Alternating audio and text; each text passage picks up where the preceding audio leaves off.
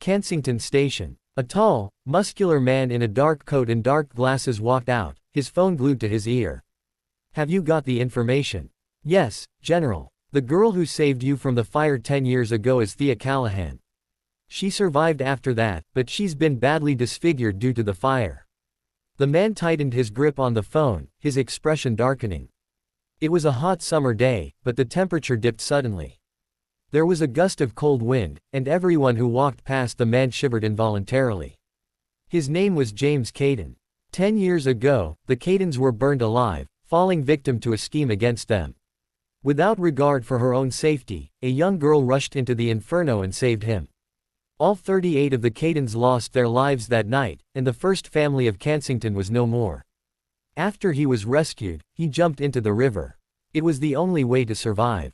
He ended up in the southern plains where he became a soldier. He spent 10 years rising through the ranks. From a nameless grunt, he was now the general. He had challenged an elite army of 30,000 single-handedly. He had gone on a solo mission, infiltrating the enemy camp and capturing their general alive. He was the legendary Dragon General of the Southern Plains. He was the Black Dragon, a name that struck fear in his enemies. He was the youngest general Saul had ever seen. Once he was made general, he decided to retire and return to Kensington. He had debts to repay and revenge to take. He had to repay Thea for saving his life and to avenge his family. I want all the information you have on Thea. I've sent it to your email, sir. Please take a look. James hung up and checked his email. There was a message waiting for him. Thea Callahan, female, 27 years old. The Callahans were second-class citizens in Kensington. 10 years ago, Thea was still in senior high, a year 3 student. Ads by PubFuture. It was a Sunday, and she was on a day trip to the suburbs with her friends. In the evening, she heard the cries for help from a burning villa. Without regard for her own safety, she rushed in and saved a young man. That young man was James. The accident completely changed Thea's life. She was lucky enough to survive, but she suffered burns all over her body, leaving her horribly disfigured. Since then, she has become the laughingstock of her classmates. Everyone talked about her behind her back. Thea, I owe you my life. I'll spend the rest of it repaying this debt of gratitude. The Xaviers, Frasers, Zimmermans, and Wilsons owe me a life debt. Now that I'm back in town, I'll make them pay. For the deaths of my family, they'll pay in blood.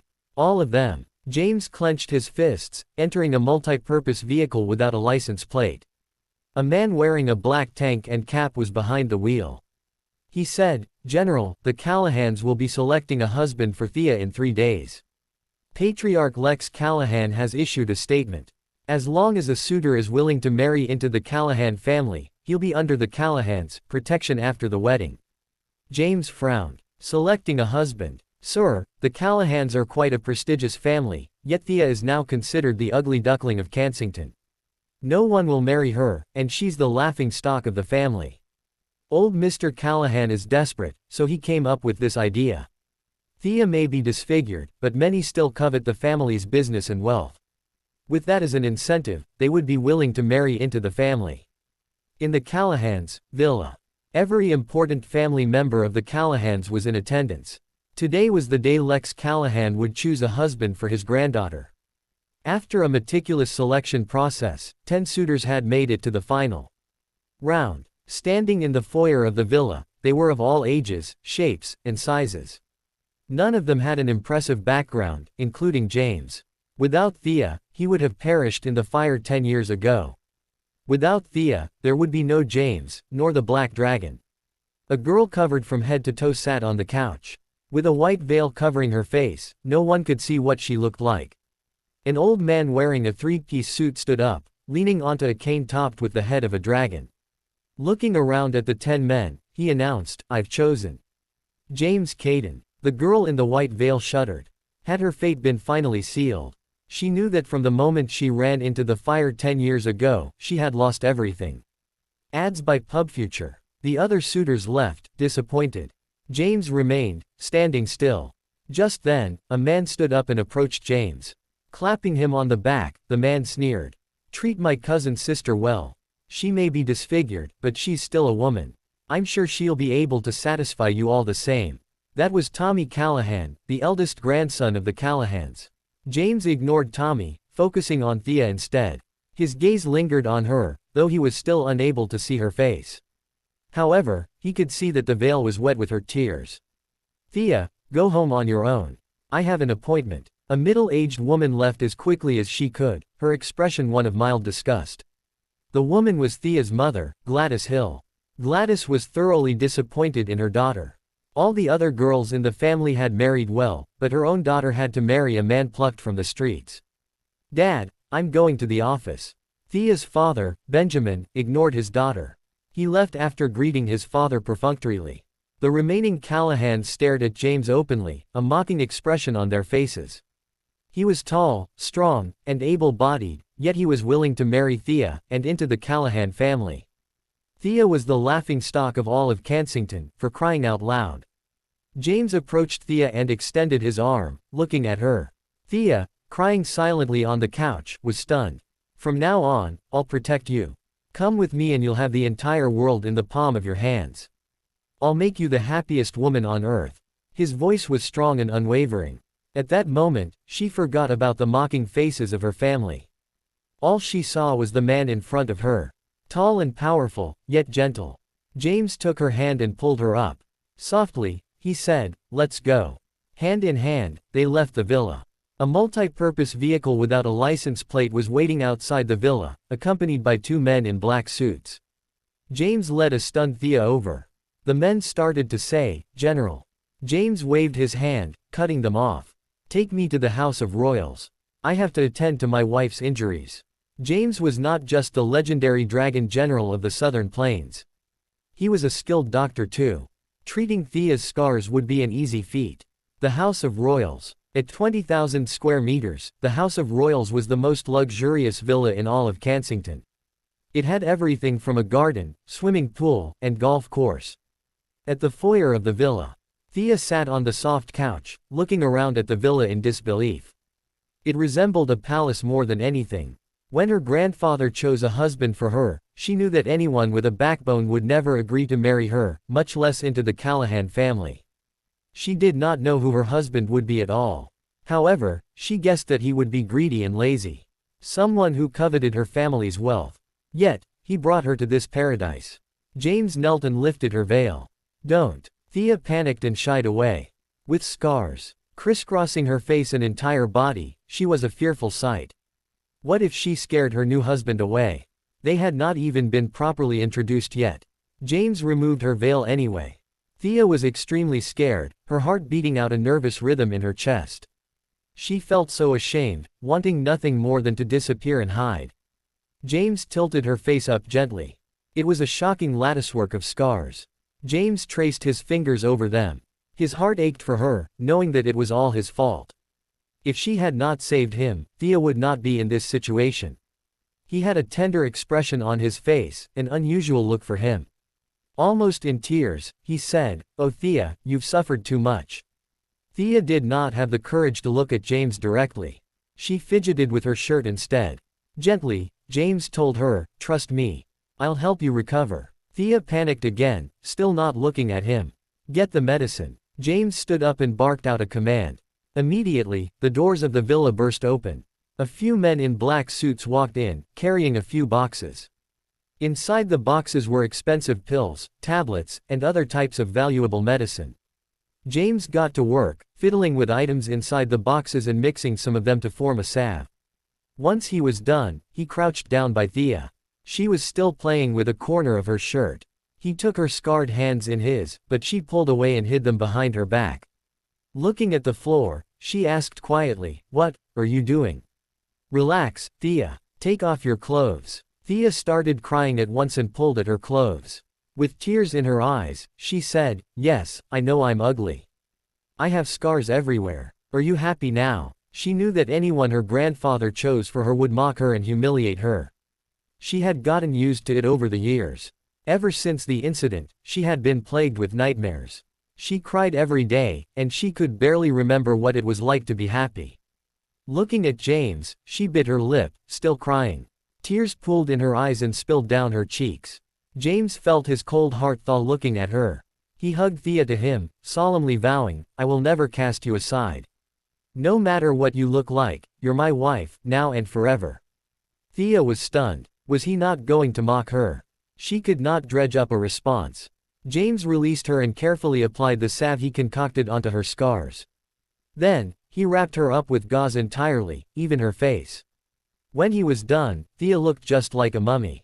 James guided Thea to sit down with him. Thea, trust me. 10 days is all it takes. I promise that you'll be a different person after 10 days. Really? Thea finally managed to respond, though she did not quite believe it. Of course, I would never lie to you. Even though she could not see James's face, she could hear his voice. Magnetic and gentle, it warmed her heart. In the blink of an eye, 10 days had gone by. They were the happiest 10 days Thea had experienced in the past 10 years. She still did not know who her husband was, but he cared for her attentively and stayed with her around the clock.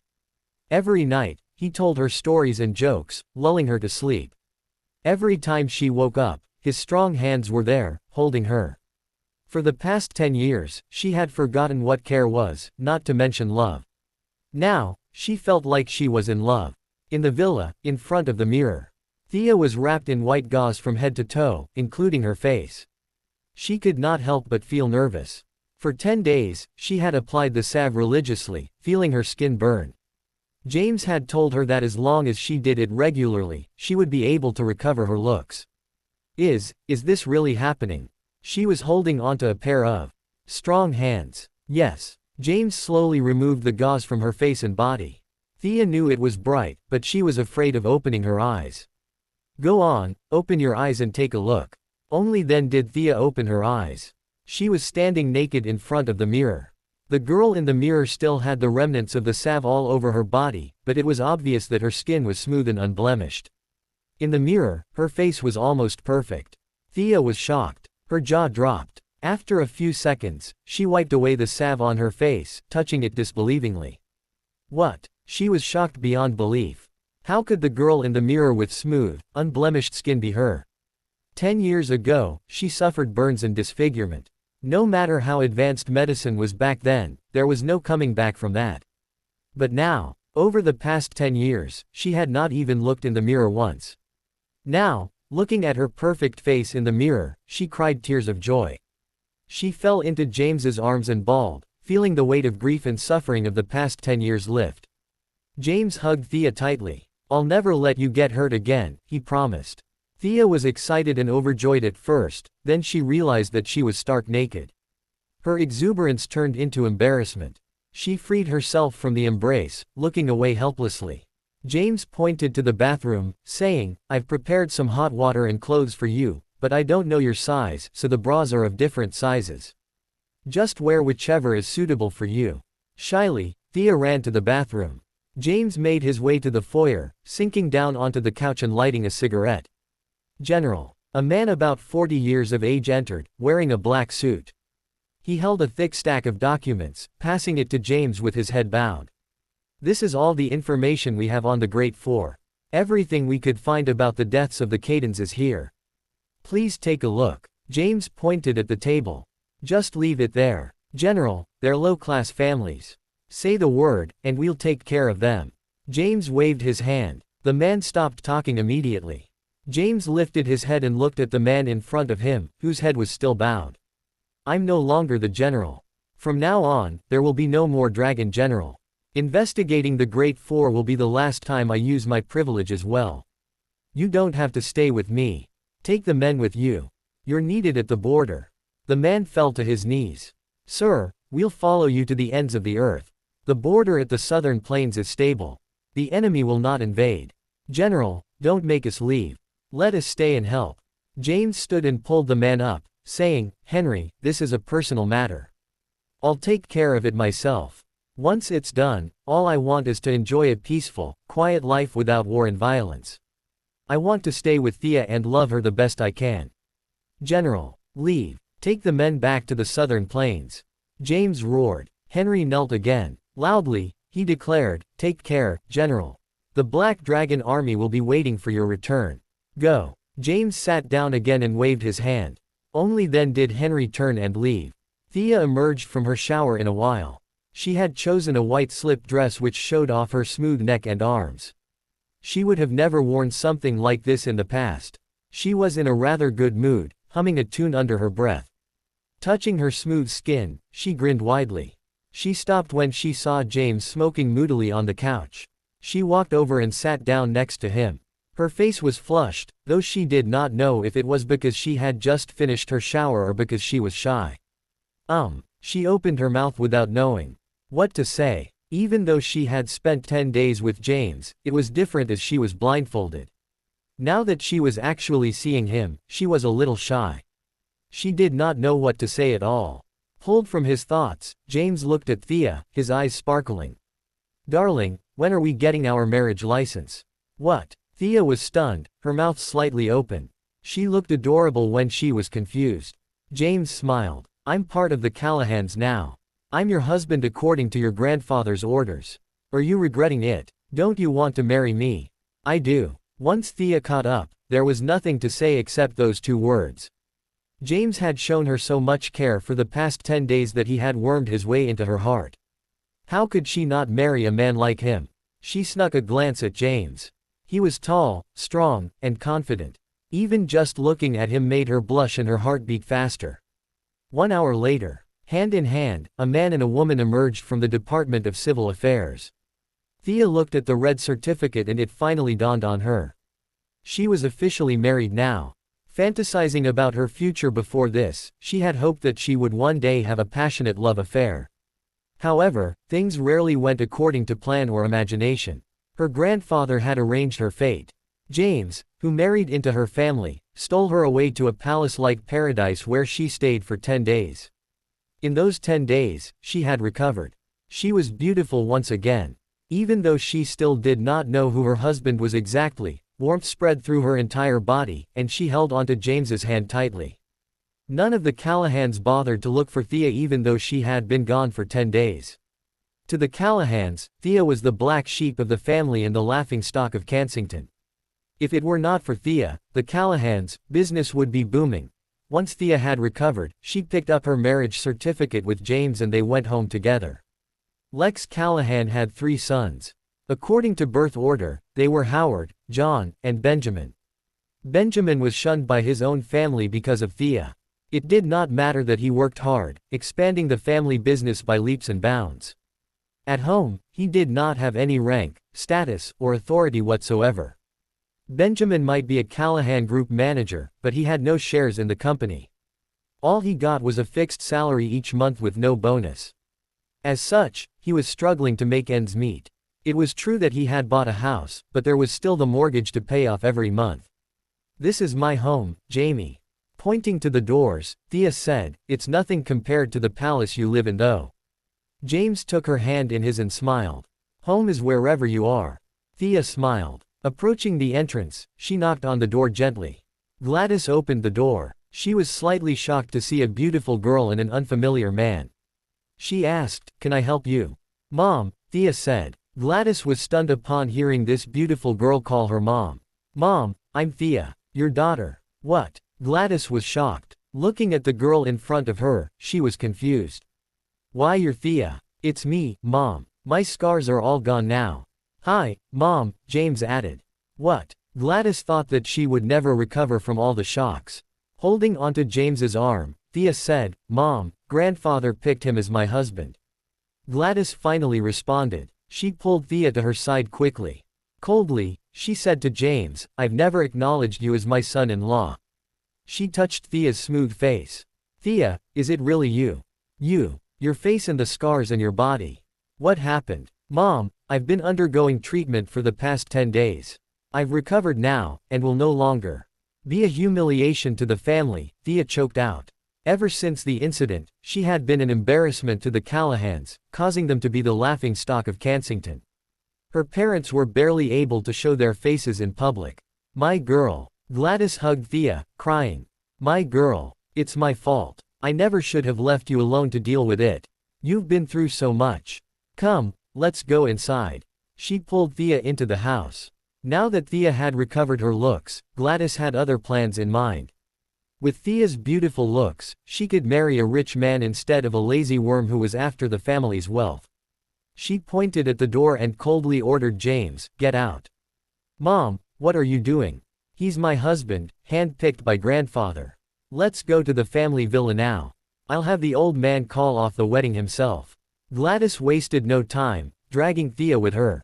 "Jamie." Thea turned around to look at James helplessly. James shrugged, looking like he did not have a care in the world. He merely followed the two women. The Callahans gathered in the villa's foyer, looking at the beautiful girl standing next to Gladys in disbelief. How could she be Thea? Thea, who was disfigured for 10 years. What on earth happened? How could she have transformed in just 10 days? "Thea, is that you? Thea, did you undergo plastic surgery in Korea? Is their technology so advanced that there's a full-body option?" The Callahans were gobsmacked. They could not believe that the beautiful girl in front of them was the same Thea who was scarred all over. What did she do? Gladys got straight to the point. "Dad, I disagree with this marriage. With Thea's looks, she could marry someone rich from a prestigious family. How could she marry some spineless worm?" Smoking a tobacco pipe on the couch, Lex stared at Thea. He was struggling to keep up. How did Thea recover her looks in just 10 days? However, Thea was a beauty now. There was no denying that. He nodded his head, saying, "You're right. There are still many eligible bachelors among Kensington's most prestigious families. I could put a word out and find a suitable husband for Thea." "No." Thea stepped up with tears in her eyes. "Grandfather, you decided to marry me off to James. Now that James has helped me recover, you're not keeping your word. What am I to you? You ungrateful brat." Gladys slapped Thea across the face. She yelled, "What do you see in this penniless man?" Thea grabbed a knife lying on the table and pressed it to her cheek. "I'll cut my face up if you push me too far. How dare you?" Gladys trembled in anger. "Enough," Lex roared. "What is going on, Thea? This is for your own good.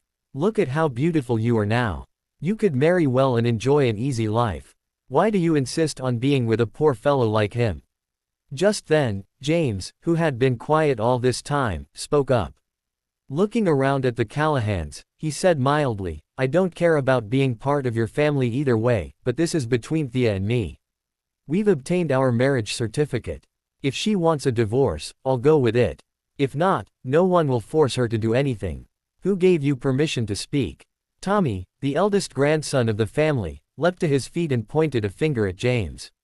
"You're nothing but trash. You have no right to speak here.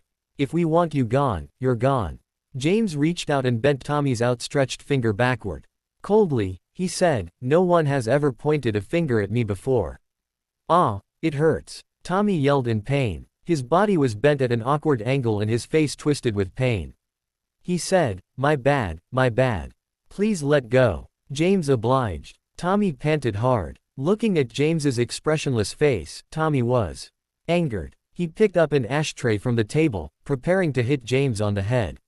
"What are you doing?" Lex shouted. "Is there no order in the family anymore? Put it down." Tommy looked at Lex pleadingly. "Grandfather, James has crossed the line. You have to help me." "Enough." Lex was still puffing on his pipe, waving a hand. Looking at James, he said, "I'll give you $500,000. All you have to do is divorce Thea and stay away from her." "No." Thea yelled. "How dare you?" Lex slammed his hand onto the table. "I'm not dead yet. I'm still the head of the family. All of you have to bend to my will." James did not want Thea's relationship with her family to fracture. His return was fueled by two purposes: to repay Thea, and to avenge his family. He did not want Thea to suffer a broken relationship with her family just so he could fulfill his own purpose. "Grandfather, give me a chance. Let me prove that I'm just as capable as anyone else." "A chance?" Tommy sneered. "James Caden, according to our information, you're an orphan. You grew up at an orphanage, and you were in the military for a few years. Thea's out of your league.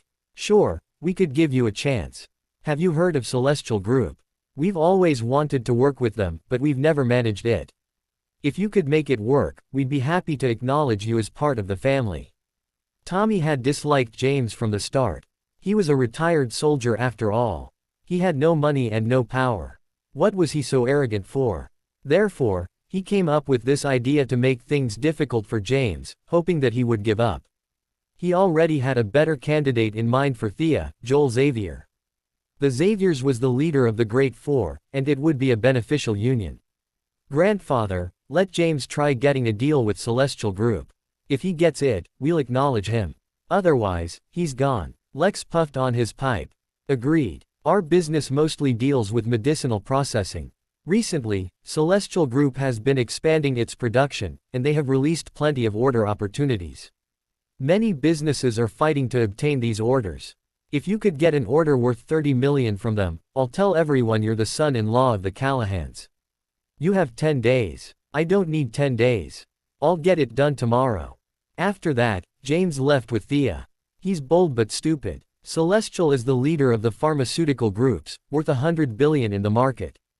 It's almost impossible to get an order from them. Tommy was unimpressed. Gladys begged, Dad, you can't do this. What's 30 million when Thea could marry anyone from the Great Four?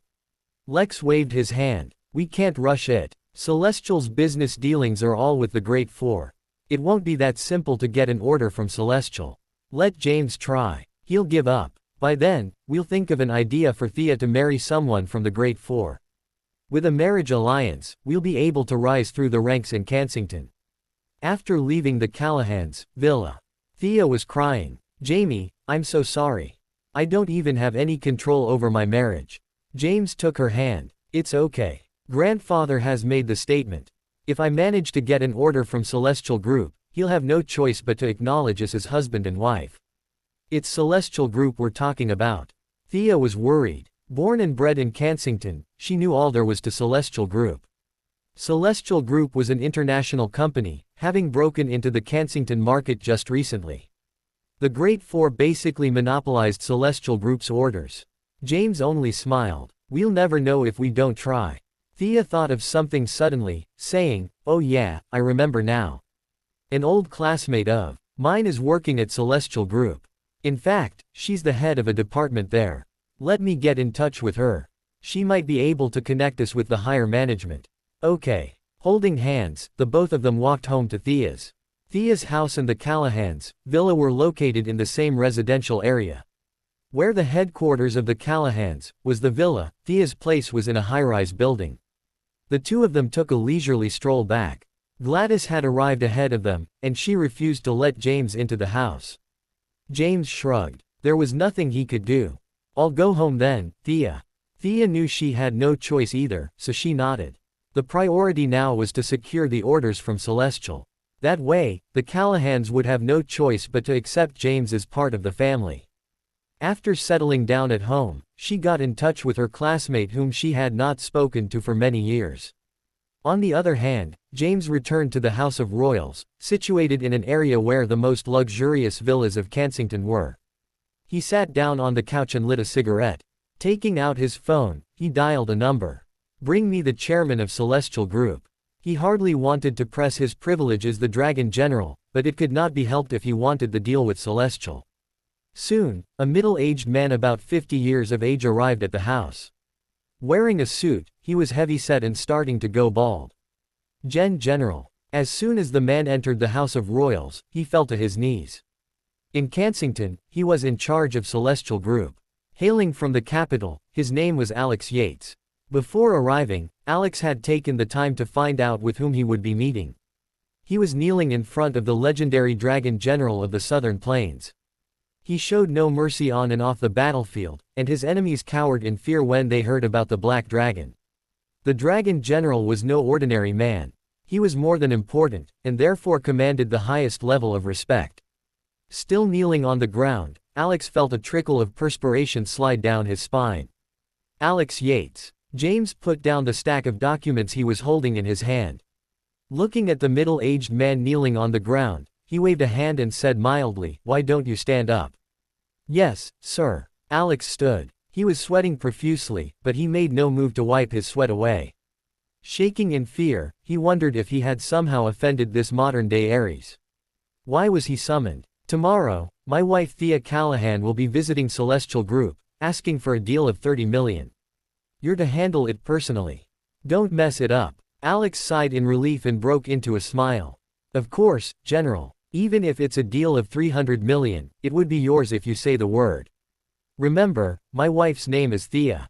Thea Callahan. Yes, sir. That's all. You may leave now. Yes, sir. Alex felt like he had been granted amnesty and left at top speed, still soaked in sweat. As part of the Yates family from the capital, he helmed Celestial Group in Kensington. Even the Great Four had to be careful lest they provoke him, but his role was reversed when meeting James. After Alex left, James rose from the couch and muttered to himself, "I've been back for more than 10 days, but I have not paid my respects yet." He walked out of the house, planning to take a taxi to the ruins of the Caden house in the suburbs. However, there was a multi-purpose vehicle without a license plate waiting outside. A dark-skinned man in a black tank stood by the car. James walked up and cut Henry a glare. "Didn't I tell you to take the men and return to the border?" "General, all the other men have returned to the southern plains. It's just me now. Won't you let me stay? Call me James. The general is no more in Kensington. You got it. Take me to the Cadens cemetery." "Well, get in the car then, James." Soon, James was at the spot where the Cadens villa once stood. The villa had been burned to ashes, now replaced by graves. Kensington's first family was now worm food, their home in ruins. The sky was dark. Gray clouds gathered overhead. Pitter-patter. The heavens opened and unleashed a torrent of rain. At the cemetery, a young man stood there in a brown coat. Behind him was another man, holding an umbrella over him. Thud. James fell to his knees. 10 years ago, the Cadens were the first family of Kensington. He was only 18 years old then. The same year, his father married another woman. His stepmother was Rowena Xavier of the Great Four, belonging to one of the most prestigious families in Kensington.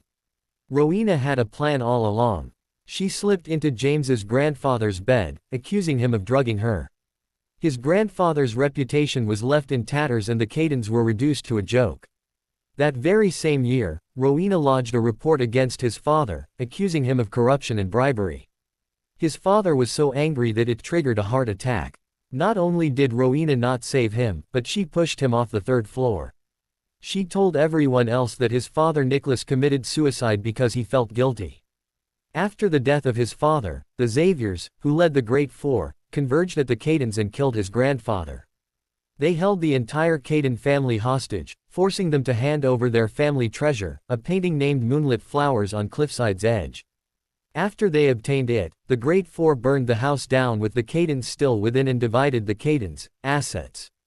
"Dad, you're a sinner. You're the reason the Cadens are gone. You should have never married Rowena Xavier. You should have never brought that vicious woman home." James knelt in front of the grave, crying his heart out. It was a myth that men did not shed tears. It just took a certain amount of pain. He hated his father. His father fell in love with the wrong woman, resulting in the demise of the Cadens. He hated Rowena Xavier. He hated the Great Four even more. The Xaviers, Frasers, Zimmermans, and Wilsons murdered the Cadens. "Grandfather, I will not let you die in vain. I swear I'll avenge your death. The Great Four will not live in peace. I'll bring you the heads of the Great Four as proof. My condolences, General." Henry was still standing behind James, holding the umbrella. Henry had never seen James so distraught before. In fact, he did not think that the almighty Black Dragon even had an emotional side. He had shown no hint of fear against enemy armies, but in front of the graves, James was a puddle of tears. "General, Megatron Group, belonging to the Xaviers, will be having a celebratory banquet tonight. Megatron and Celestial have signed a permanent agreement. From now on, Megatron will have early access to Celestial's orders before letting the other groups and companies choose. The head of the Xaviers is also turning 80 today. It's a double celebration. Megatron." James clenched his fists. Megatron was the Cadens family business. Now, it had fallen into the Xaviers' hands. He stood up slowly, a murderous glint in his eye. "Get me a coffin. We're going to the banquet. It's time to collect a debt." The Xaviers were the leaders of the Great Four in Kensington. It was a day of celebration for them. Megatron Group, one of their many businesses, had signed an agreement with Celestial Group, and they were now the best of business partners. In other words, the Xaviers' influence would be even more widespread thanks to this agreement. Also, the patriarch of the family, Warren Xavier, was turning 80. Outside the Xavier's villa, a fleet of luxurious cars gathered. All the celebrities in Kensington were there for the double celebration. This is a bottle of Retrouvé wine worth $8 million, gifted by the Frasers. They wish Mr. Warren Xavier many happy returns. The Wilsons present a painting, The Blackthorn by Jackie N. Blanc, worth $12 million, and they wish the Xaviers good wealth. The Zimmermans have gifted Mr. Xavier a Freud MI watch worth $8.8 million. At the main entrance, a lady held a microphone in her hand. She enthusiastically announced the gifts that guests had brought for the entire room to hear. In the foyer, Warren was dressed in a blue suit. Although he was 80, he looked fit and alert. Hearing about all the gifts he was getting, he looked as happy as a lark. The banquet was full of people from important families in Kensington. Even the second-rate Callahans had made it. In an attempt to suck up to the Xaviers, Lex Callahan had pulled out all the stops, spending a small fortune to get a Monique wallet for Warren. Everyone was busy trying to make their own connections and expand their networks. Outside the villa, a man wearing a brown coat and a mask on his face approached, carrying a coffin. The coffin weighed at least 100 kilograms, but the man supported it with just one arm, carrying it with ease. It was James. His return was fueled by two purposes: to repay Thea, and to avenge his family. Now that he was Thea's husband, he might be recognized. As he did not want to get her into trouble, he put on a black mask to conceal his identity. Crash! As he reached the entrance, he threw the coffin with all his might. It shattered the Xavier's door and landed in the foyer of the Xavier's villa. Everyone was shocked at the sudden intrusion. The noise stopped abruptly. It was so quiet one could hear a pin drop. What was going on? It was Warren Xavier's 80th birthday. Who was so bold as to actually bring a coffin to a celebration? Warren was chatting with the other heads of family when the coffin came sailing through. His expression darkened and he shouted, "What's this? Where are the security guards? What are they doing? Who sent this? Take it away at once. Warren Xavier, may I present this coffin as your birthday gift? It's your 80th birthday today, but this time next year, it will be your death anniversary." A voice rang out from outside the doors. A man with a brown coat and a ghost mask then sauntered in. Who are you? Warren stared at James. This was the Xavier's place, and he was the head of the family, a very important person in Kensington. Who had the guts to cause trouble at his home? I'm someone who wants your life. The cold voice cut through the space.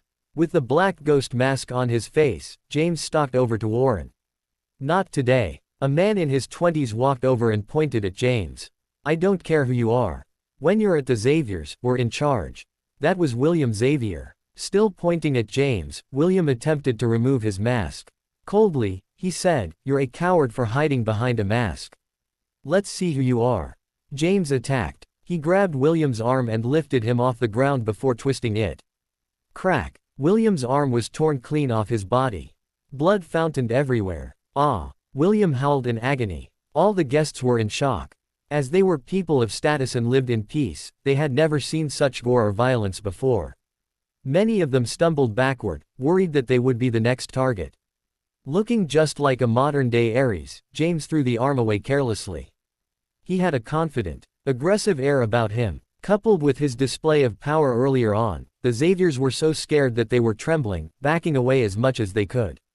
Even Warren retreated slightly, his arm reaching behind his back, ready at a moment's notice to grab a weapon and kill the uninvited guest. James stalked toward Warren slowly. William's moans of pain echoed through the foyer. After a while, he slumped into a dead faint, unable to take the pain anymore. The foyer suddenly quieted. Only James's footsteps echoed, sounding like the harbinger of doom. Kneel. James's order rang out, clear as a bell. James was extremely imposing. It was the cumulation of being a seasoned soldier and general with murder as second nature. Under his murderous stare, everyone was scared silly. Coupled with how easily he tore William's arm off, no one dared utter a single word. Even Warren was affected, and he lost his bearings for a second. At that moment, he forgot to fight back and his knees buckled. He fell to the ground, kneeling. Crash! Upon seeing this, the celebrities were stunned. Warren Xavier, the patriarch of the Xaviers, the leader of the Great Four in Kensington, was kneeling on the ground. James held a wire in his hand. It was an odd sort of wire with several joints. Upon closer inspection, one could tell that it was made out of countless needles. Warren Xavier, do you care to admit your sins? Just then, Warren realized that he was kneeling, though he did not know why. Sweat slid down his spine. He wanted to stand up, but he did not have the strength anymore. Boy, do you know who you're speaking to? Even though he could not stand, Warren still looked strong.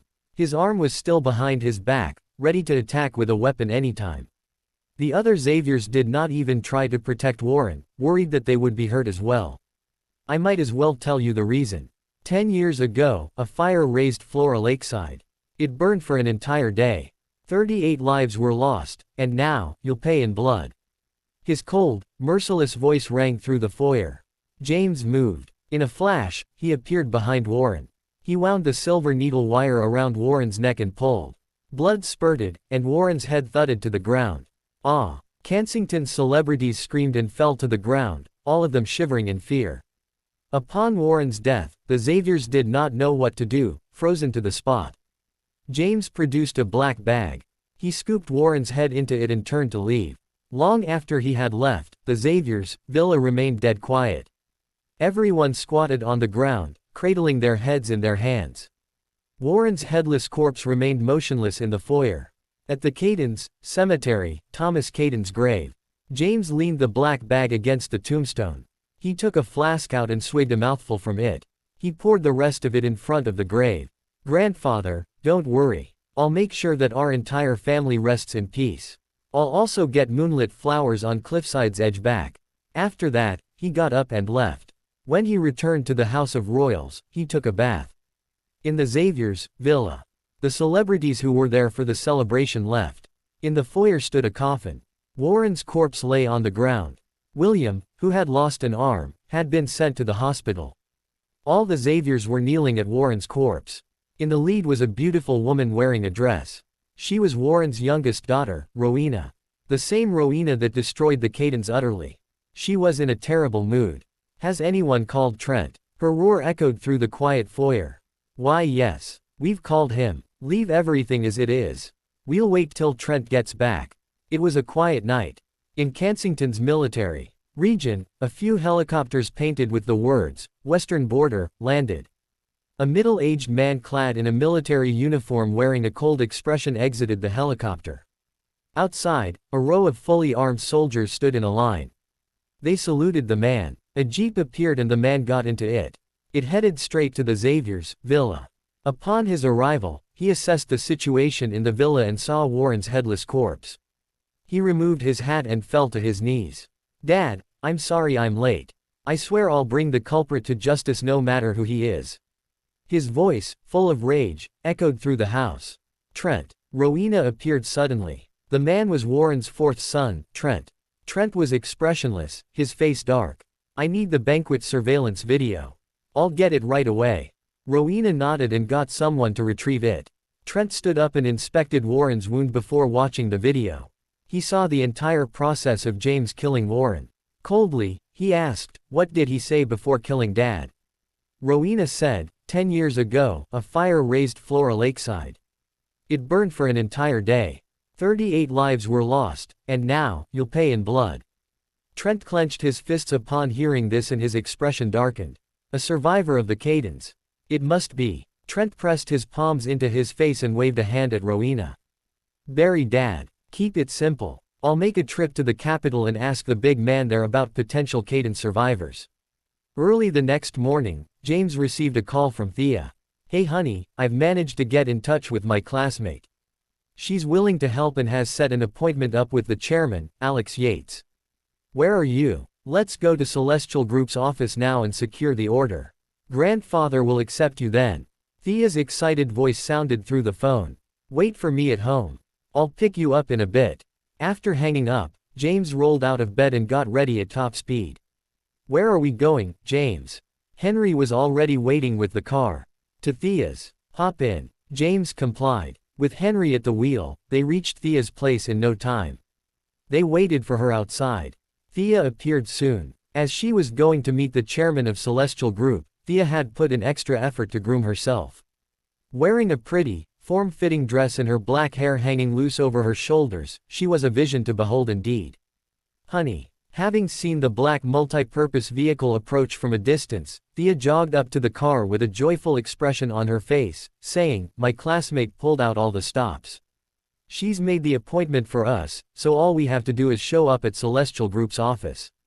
James smiled thinly. It had nothing to do with her classmate at all. If he had not spoken with Alex Yates, there would not be any appointment to speak of. However, seeing as Thea was so happy, he decided not to spoil it.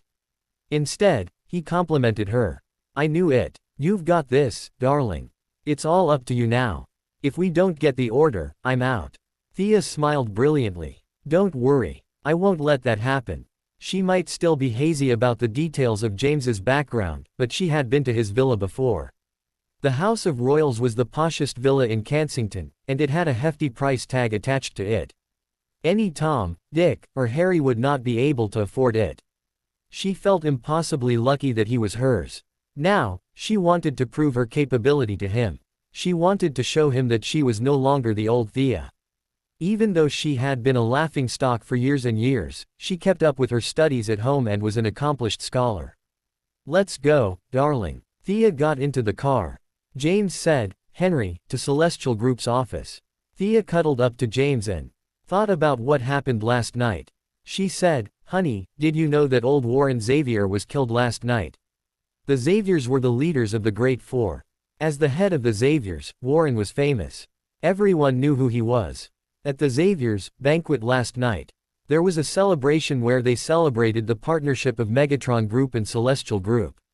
Now that Megatron would be getting first dibs on Celestial's orders, their business and influence would expand even more. It was also Warren Xavier's 80th birthday. However, a mystery person crashed the party with a coffin. He beheaded Warren and took his head with him. News spread fast, and it was the hottest news in Kensington at the moment. Now, the relevant departments were investigating the incident. There was not much to go on with, though. James pretended to be shocked at Thea's question. "I went straight to bed after I got home last night. I didn't know about this. The Xaviers are part of the Great Four in Kensington, right?" "That's right," Thea said. The Xaviers are the leaders of the Great Four, and their businesses span various industries. Megatron Group alone, belonging to them, is more powerful than all the Callahan's businesses added up, and the Xaviers have plenty of businesses too. Thea looked slightly envious. All the women in Kensington desperately want to marry the Xaviers so that they can enjoy an easy life. James smiled a little. "Didn't you have a chance yesterday? Divorce me, and you'll have your chance." "Ah." Thea looked unimpressed. "Being in a rich family isn't a bed of roses. Over the past 10 years, I've witnessed too much ridicule for my liking. To them, I'm nothing but a joke. I know full well who's treating me sincerely. I don't care about marrying the rich. Besides, my husband is rich." With that, she grinned, a blissful expression on her face. James squeezed Thea's hand. She was quite a logical woman. Henry said nothing, focusing on the road. Soon, they reached Celestial Group's office. An international group, Celestial Group was the Yates family business, which hailed from the capital.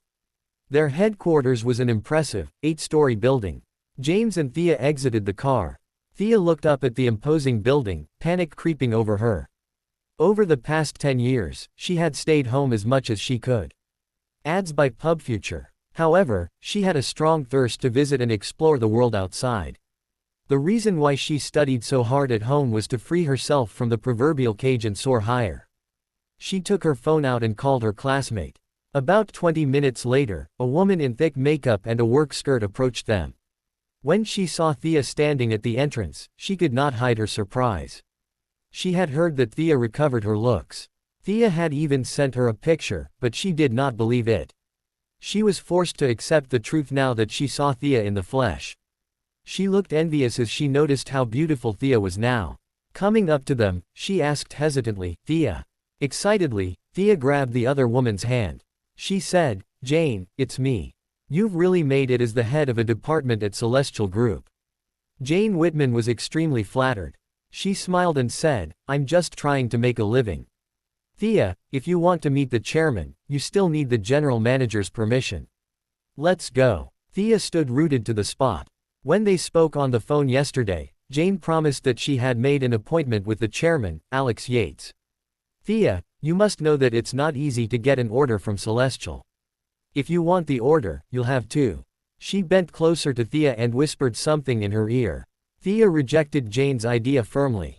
Absolutely not. Jane lost her patience. Thea, if you're unwilling to make sacrifices, how will you get anything in return? I've sent your picture to the manager. He has agreed to let you obtain the order if you sleep with him. You don't even have to see the chairman. Jane, I thought we were friends. Is this how you treat a friend? Jane looked unimpressed. You want to get an order without a sacrifice. Let me tell you right now. It's impossible. I've made it clear, so think about it and let me know if you still want to go ahead. She turned and left after that, her heels clicking against the floor loudly. Thea was on the verge of tears. She turned around to look at James, who had remained silent all this time. I'm useless, aren't I? James comforted her. Of course not. Why not try and see Alex Yates straight away? I think he'll see you.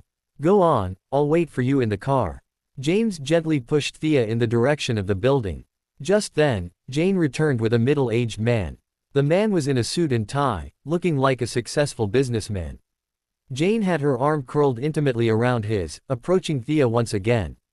Smiling, she said, Thea, this is the manager of Celestial Group. He's in charge of all the business connections. He calls the shots on who gets the orders. The only reason Jane was in this position today was all because she had slept with the manager, Linus Johnson. She was his mistress. Jane had sent Linus a picture of Thea last night. Linus was intrigued immediately. He promised Jane that he would promote her to the position of deputy department manager if she would help him get Thea into bed. Now that Linus saw Thea in the flesh, he was even more aroused. Thea was even more beautiful in person. He swore that he would get her into bed by hook or by crook. He walked up to her with his chest puffed out. Thea, right. Jane has told me everything. It's a hot day today. Why don't we take this discussion to a hotel room? Don't worry. Come with me, and you don't have to worry about the order. I'll even give you a deal of $50 million. Linus looked like he wanted to eat Thea up right there and then. Ever since he became the manager, he had slept with countless women, offering them benefits with his role. At first, most of them rejected him. However, after a while, they started to offer themselves up to him to gain access to deals, partnerships, and other benefits. Jane was keen to make Linus plan a success as well. Making him happy was imperative to her own benefit. She walked up to Thea and pulled her aside. Thea, I know that you've suffered over the years. Now that you're beautiful again, you have to use your looks to your advantage. We won't stay young forever, you know. Once this golden period is gone, we'll never get it back. I'm married. I won't do it. Thea refused to give in. Jane lost her temper. Who do you think you are, Thea? Don't you know it's an honor that Linus likes you? If you offend him, you can forget about working with Celestial Group. Forever. Jamie. Thea walked over to James. James ignored Linus and Jane, gesturing toward the entrance. Go on, he said. You're meeting the chairman, not a lowly manager. Just ignore him. Who are you, boy? Linus looked at James coldly. FCK off. James only had 2 words to say to him. He was still the legendary Dragon General of the Southern Plains after all. Linus was a complete nobody. In the chairman's office on the top floor of the Celestial Group building. Alex had been waiting for Thea since morning. After all this time, she still had not shown up. Being extremely anxious, he went downstairs to the first floor, checking with reception if a woman named Thea Callahan had asked to see him. The reception confirmed that no one by that name had come by. OSH*T, he thought. Thea was the Dragon General's wife. If he had somehow missed her or messed this up, not even the power the Yates name had could protect him. Alex exited the building, planning to wait at the entrance for Thea. As soon as he walked out, he saw his manager speaking to 2 people. He glanced over and noticed James. He shuddered involuntarily, his knees almost buckling. Wiping the sweat from his face, he quickly made his way over to them. General. Before he could finish, James glared at him. Alex understood at once, quickly stopping himself. James said, Thea, isn't that the chairman? Why are you still standing here? Go on. My fate depends on you. Thea followed his gaze and saw the balding man. Her eyes lit up. That was the chairman of Celestial Group indeed, Alex Yates. Ha ha. Jane burst out laughing. What a joke. The chairman is in his office. Linus wore an ugly expression on his face. Thea, let me make this clear once and for all. If we don't go to the hotel now, you'll never be able to make a deal with Celestial, ever. He had to have Thea. Every connection Celestial had with other companies and businesses was under his charge. Besides the core partnerships, he decided on the distribution of the extra orders. If he blocked the Callahans off within Celestial, Thea would never get an order. Alex approached them. With a wooden expression, he asked, "What are you doing? Don't you have work to do?" Ads by PubFuture. Jane and Linus turned around together. Their smug expressions slid right off their faces as soon as they saw Alex. "Yes, sir." Linus started sweating. If the chairman found out what he had been doing, he would lose his job. All he could do was pray that Alex did not hear what he had said earlier on. Alex spread his arms. "What's going on?" James lightly shoved a stunned Thea. Thea came to her senses. Hi, Mr. Yates. I'm Thea Callahan from Eternality Group. I'm here on behalf of the company to explore a collaboration with Celestial Group. We would like to obtain some orders from you. As Alex Yates was a very important person, Thea felt small talking to him. She lost a bit of her confidence. Kensington was the capital of medicine. There were thousands of medicinal processing companies operating in Kensington, and these companies depended on big pharmaceutical organizations like Celestial to survive. As Eternality Group was not a large company, they were not yet qualified to work with a company as large as Celestial Group. "I'm asking you again, what are you doing here?" Alex's face was stern as he looked at Jane and Linus. James piped up. "My wife's here to talk business with Celestial, but this manager wanted to take advantage of her. He's abusing his power by dismissing Eternality Group.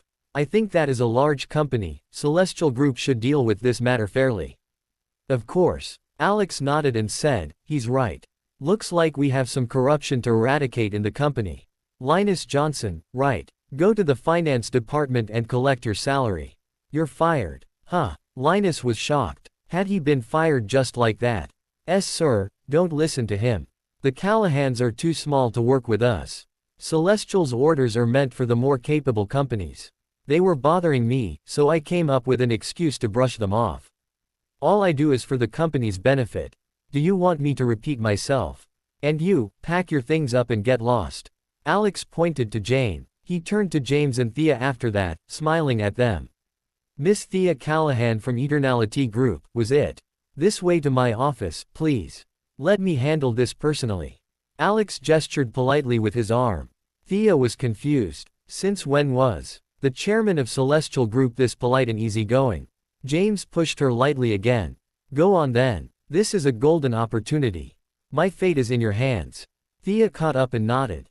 "Oh, yes. Okay. Of course. No problem at all, Mr. Yates." She was a little nervous. Over the past 10 years, she had barely left the house. She had read a lot of books and gained plenty of knowledge, but this was her first time conducting business after all. Furthermore, she was trying to make a deal with the chairman of Celestial Group, of all people. She lost her confidence and turned to James, looking scared. "Honey, I don't think I can do it. Mr. Yates has extended an invitation to you personally. What else are you afraid of?" James pushed her, saying, "Go on. I'll wait for you in the car. Miss Callahan, this way, please." Alex bowed slightly, gesturing with his arm again. Jane and Linus goggled at this display. Ads by PubFuture. They were right outside the building of Celestial Group. As they were a big corporation, there were always plenty of reporters lurking around. Many of them snapped pictures as they saw this scene play out. It would be big news. Alex Yates was the chairman of Celestial Group after all. The Great Four were imposing, but even they had to play by Alex's rules. Now he was being so respectful toward this woman. Who was she? What family did she come from? Why had nobody seen her before? Thanks to Alex's invitation, Thea finally entered the building. James, on the other hand, climbed into his car. Sitting in the passenger seat, he lit a cigarette and passed one to Henry.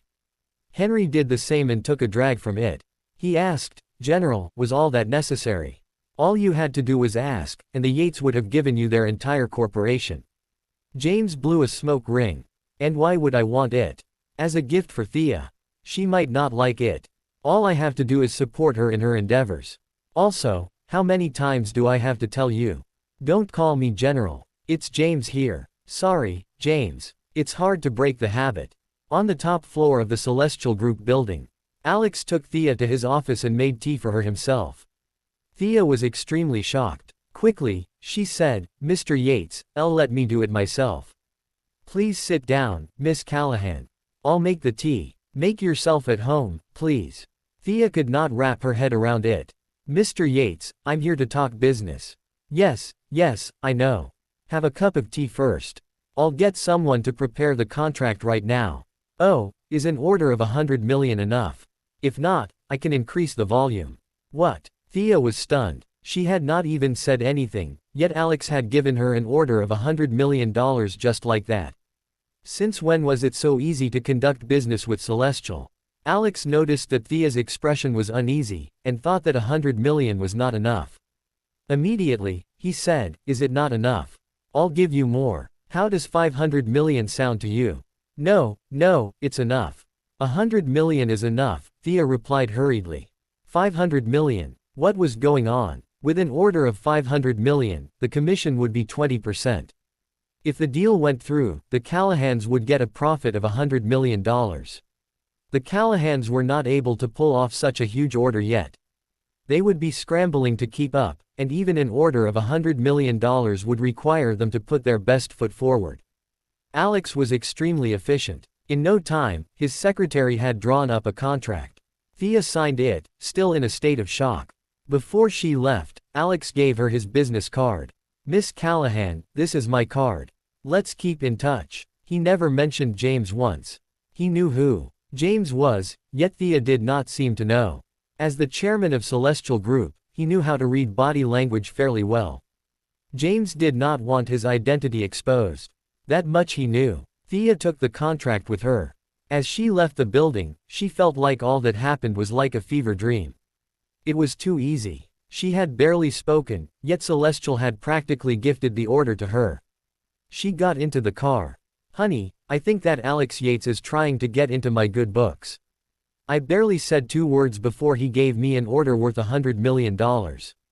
Actually, he wanted to give me an order worth 500 million. James smiled. You must have met him before. Impossible. In the last 10 years, I have not made any friends. Thea rolled her eyes and looked at James, her eyes sparkling. Honey, Alex was only so nice to me because of you, right?